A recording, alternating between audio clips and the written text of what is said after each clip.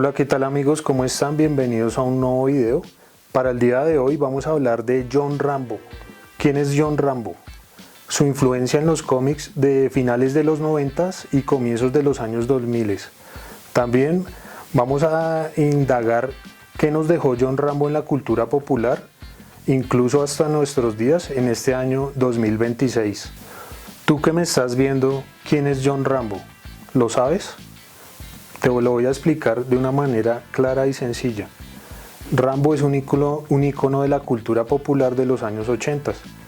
Fue famoso primero que todo por su trilogía que empezó con First Blood, una película del año 1982, su secuela de 1985, First Blood parte 2, y Rambo 3 de 1988. Digamos que Rambo, al ser un ícono de los años 80, la película que lo convirtió, digamos, en el arquetipo de héroe musculoso, digamos, el ejército de un solo hombre, fue Rambo 2. Ahí fue donde la película trataba de reivindicar a los Estados Unidos, de ganar una guerra que ellos perdieron en la vida real y ganarla en el cine, pues en forma de entretenimiento, dejando a un lado un poco lo que es el trauma de John Rambo, que es un veterano de la guerra de Vietnam, que al llegar a los Estados Unidos se encuentra con un panorama bastante adverso, donde muchas personas lo rechazan y lo consideran un villano. Esa digamos es como la premisa de la primera película, y en la segunda ya la guerra se convierte en un instrumento de entretenimiento llevado al extremo, donde vemos a Rambo explotar incluso una actitud heroica, enfrentándose a miles de vietnamitas y rescatando pues prisioneros de guerra norteamericanos que habían quedado como remanente de la guerra de Vietnam.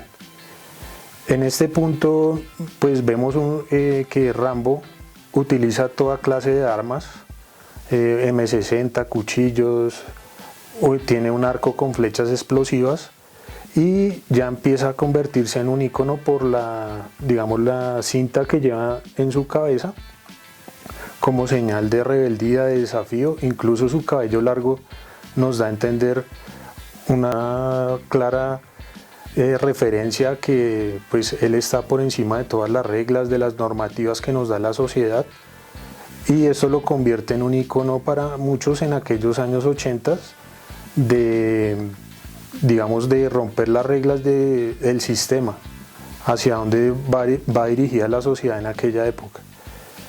Y esa influencia de Rambo la trasladamos hacia los cómics. Rambo no nació en los cómics, pero influyó bastante en el tipo de cómic militarizado que fue posterior a sus películas. En los años o a comienzos de los años 90 hay una compañía de cómics que es nueva llamada Image Comics, que en 1992 toma, digamos, estos arquetipos que vimos de Sylvester Stallone, Arnold Schwarzenegger, Van Damme, incluso Bruce Willis, en donde ellos solo se enfrentaban a miles de terroristas, criminales, con una ametralladora, hacían justicia. Entonces eso fue trasladado a los cómics e influyó pues de cierta forma pues en la militarización de algunos personajes, como por ejemplo Punisher, Cable de Marvel, tenemos a Deathstroke de DC.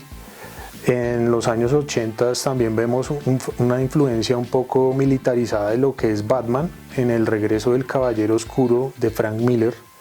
También vemos esa influencia, digamos, de esa agenda de los Estados Unidos, donde decimos: yo soy el policía del mundo y un solo hombre puede acabar con miles de terroristas. Y pues en ese caso lo trasladado al cómic, digamos que es la parte visual, vemos varias características, por ejemplo las ametralladoras, cartucheras grandes. Ya no vemos superhéroes con mallas, sino ya con unos trajes tácticos militarizados con grandes bolsillos para llevar sus armas, incluso teniendo poderes sobrehumanos.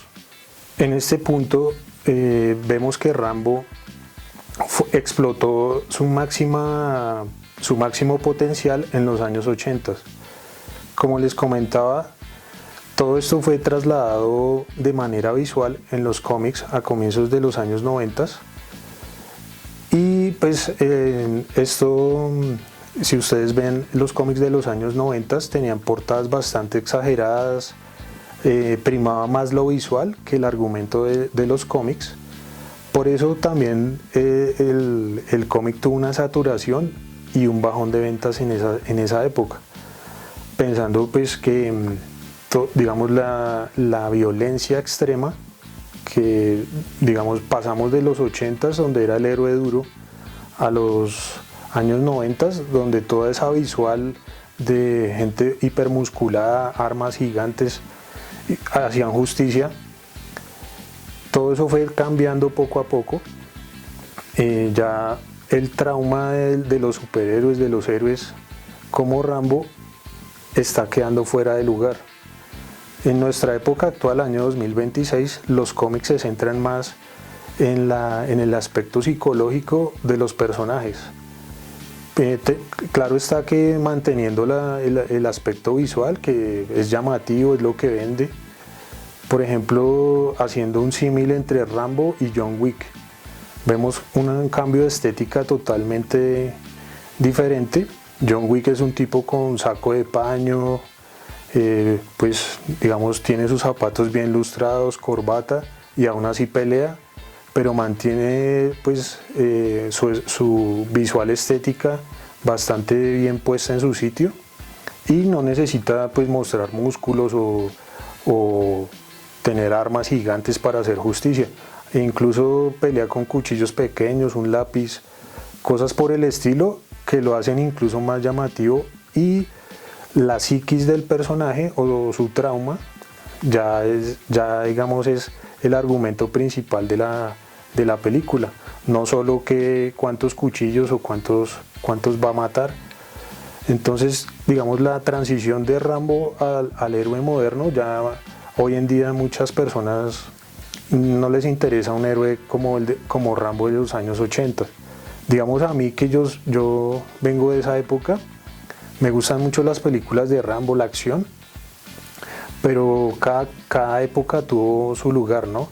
Entonces Rambo en esta época ya dejó, digamos, su vigencia por el tema de las películas, la Guerra Fría, Vietnam, todo ese tipo de guerras donde Estados Unidos siempre pretendía ganar, y pues a través de estos héroes hipermusculados lograba pues como imponer o tratar de mostrar que podían ganar.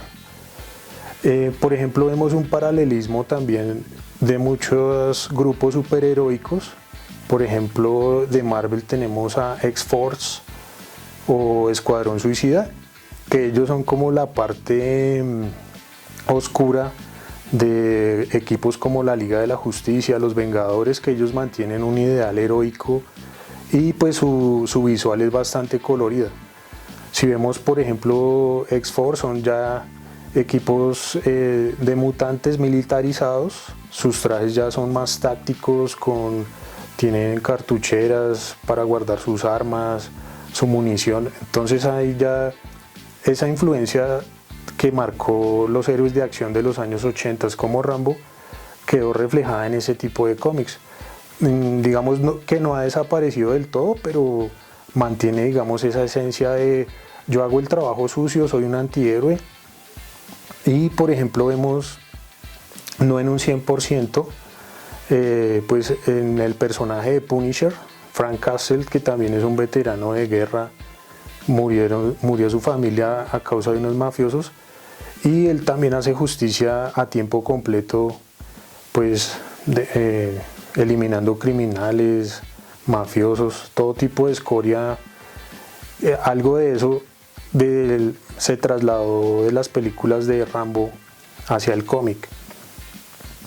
Al punto al que voy es, digamos que hoy en día un poco ha influido que haya mermado la influencia de estos héroes con ametralladora de los años 80 debido a un poco lo que es el tema de la inclusión forzada. Ya recientemente se hizo una encuesta y muchos jóvenes pues no consideran a Rambo como esencial o funcional en una época como la que vivimos actualmente en el año 2026. Pues se está preparando también una precuela a las películas de Rambo, donde se va a hablar de los orígenes de Rambo, sus inicios cuando él se enlistó en el ejército, donde pues simplemente era una persona feliz y no se le había trastocado su mente o se había vuelto un trastornado como lo vimos en las primeras películas. Pues lo que quiero decir es que Rambo, como un icono de la cultura popular, pues es un icono muy fuerte. Lo que logró Sylvester Stallone al trasladar del libro, de una novela a la pantalla, digamos que en mi punto de vista fue algo bastante esencial y espectacular que nos aportó bastante en su momento. Aunque considero que no del todo se tiene que dejar este tipo de personajes, porque es una iconografía que en algún momento la sociedad puede dar otro giro y vuelve nuevamente a ese punto.